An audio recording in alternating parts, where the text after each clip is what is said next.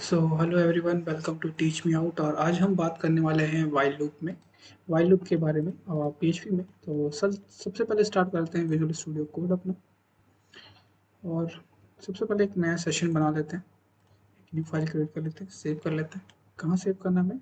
C drive में, XAMPP के अंदर, एच डॉक्स के अंदर पीएचपी नाम का जो फोल्डर है वहाँ पे अपनी फाइल को सेव करना है। तो हम ले लेते हैं सेशन 23.php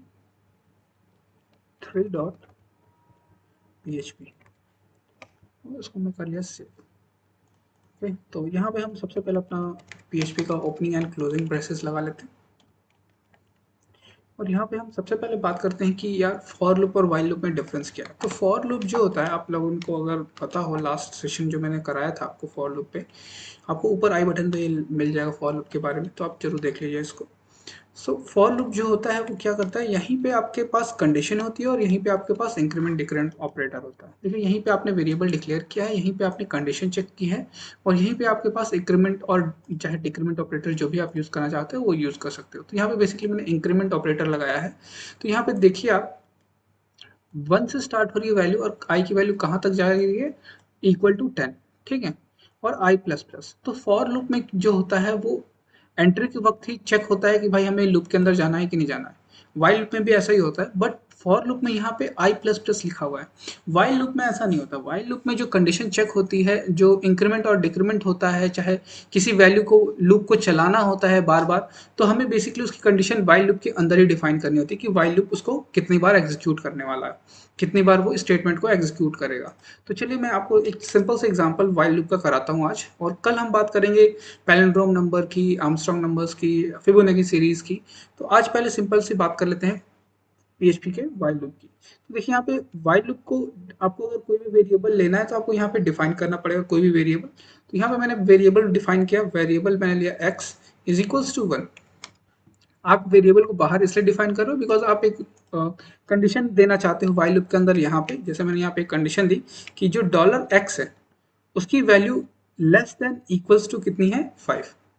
मैंने यहाँ पे कंडीशन दे दी कि डॉलर एक्स जो है वो less than equals to 5। Condition true आएगी बिकॉज एक्स की वैल्यू कितनी है, 1।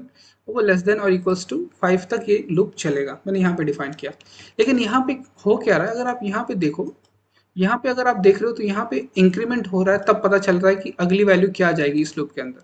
लेकिन यहाँ वाइल लूप में ऐसा तो कुछ भी इंक्रीमेंट डिक्रीमेंट ऑपरेटर पास किया नहीं गया है। तो वाइल लूप में हम इंक्रीमेंट डिक्रीमेंट ऑपरेटर कहाँ पास करते हैं, चाहे इंक्रीमेंट चाहे डिक्रीमेंट जो भी आप करना चाहते हो, हम इस लूप के अंदर ही पास करते हैं।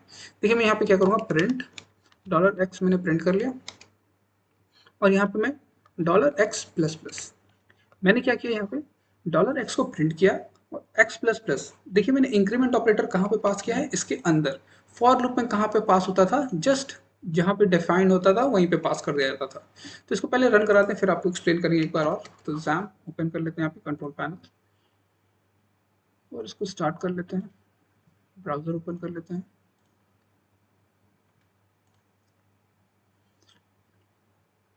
लोकल होस्ट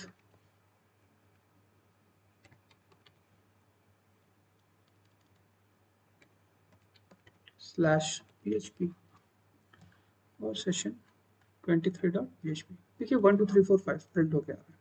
थोड़ा सा स्पेस दे देते हैं यहाँ पे। तो आप लोगों को हमने एंड BSP बताया था आपको, नो ब्रेकिंग स्पेसेस। ठीक है, यहाँ पे मैंने लगा दिया एंड BSP, और इसको कर लेते हैं रिफ्रेश। देखिए 1 2 3 4 5।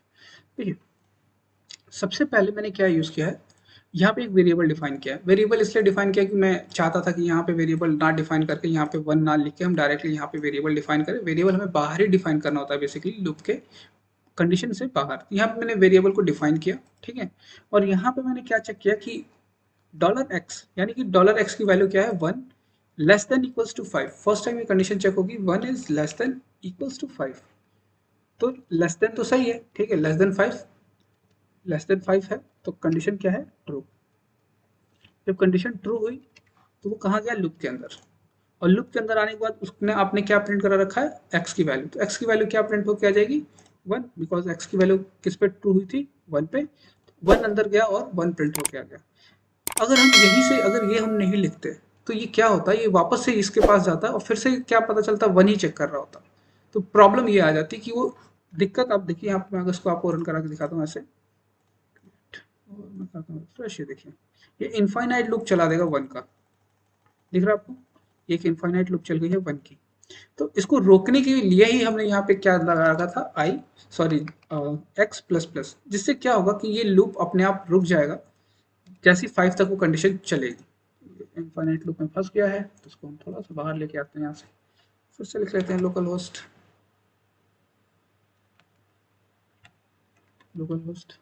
स्लैश PHP और फिर से पेज को रन कर देते हैं। ठीक है, 1 2 3 4 5।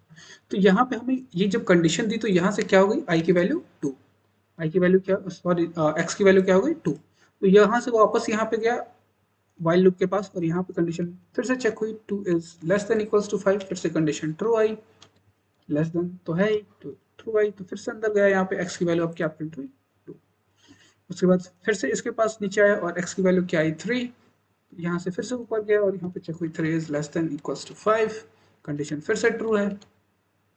फिर से यहाँ पे आया प्रिंट स्टेटमेंट के पास, यहाँ पे इसको क्या मिली वैल्यू 3 प्रिंट करने के लिए, और यहाँ पे एक्स प्लस प्लस से क्या होगी वैल्यू 4। फिर से ऊपर आया, यहाँ पे फिर से कंडीशन चेक हुई, 4 is less than equals to 5, फिर से कंडीशन ट्रू है because 4 is less than 5, condition true. Print statement यहाँ पे प्रिंट क्या कर देगा, कंडीशन किस पे चेक हुई थी 4 पे, तो 4 अंदर प्रिंट हो जाएगा आपका। उसके बाद यहाँ पे फिर से x प्लस प्लस लिखा हुआ, तो यहाँ पे क्या आ जाएगी वैल्यू 5, x की वैल्यू कितनी थी 4, और 4 में x प्लस प्लस से क्या हो जाएगी वैल्यू 5, x प्लस प्लस से क्या हो जाएगी वैल्यू 5। x प्लस प्लस का मतलब आप लोगों को पता ही कि x प्लस प्लस का क्या मतलब होता है कि $x is equals to $x plus 1। तो $x की वैल्यू आपको पता ही, यहाँ पे 4 थी, तो नेक्स्ट वाली लाइन में जब यहाँ x प्लस प्लस लिखा हुआ तो इसका मतलब है कि 4 प्लस 1 इज इक्वल्स टू 5। तो फिर से ऊपर गए, यहाँ पे कंडीशन फिर से चेक हुई, 5 is less than equals to 5, condition फिर से ट्रू आई, और फिर से वो यहाँ पे आया और यहाँ पे इसने x की वैल्यू क्या प्रिंट की 5, और यहाँ पे फिर से वैल्यू इंक्रीमेंट हुई और वैल्यू क्या हो गई 6, वैल्यू फिर से क्या हो गई 6। लेकिन जब वो यहाँ पे दोबारा गया ऊपर तो यहाँ पे उसने चेक किया कि क्या क्या $x यानी कि 6 is less than equals to 5, तो कंडीशन यहाँ से क्या मिल गई आपको फॉल्स। जैसी कंडीशन फॉल्स मिली तो ये लूप एग्जीक्यूट करना बंद हो गया और आपका रिजल्ट आपके सामने प्रिंट होके आ गया 1 2 3 4 5। ठीक है, अगर आप ये 10 तक चलाए होता तो ये 10 तक प्रिंट करता। ओके, बहुत सिंपल सा है ये लूप, वाइल लूप। आपको इसके ऊपर 3 4 एग्जांपल्स मैं अच्छे से कराऊंगा, बस आपको यहाँ पे बेसिक्स बताया मैंने कि वाइल लूप होता क्या है और फॉर लूप से वो थोड़ा सा डिफरेंट क्यों है। तो नेक्स्ट जो एग्जांपल्स मैं कराऊंगा आपको उसमें और अच्छे से क्लियर हो जाएगा। So keep watching Teach Me Out and please do support Teach Me Out. Thanks for watching.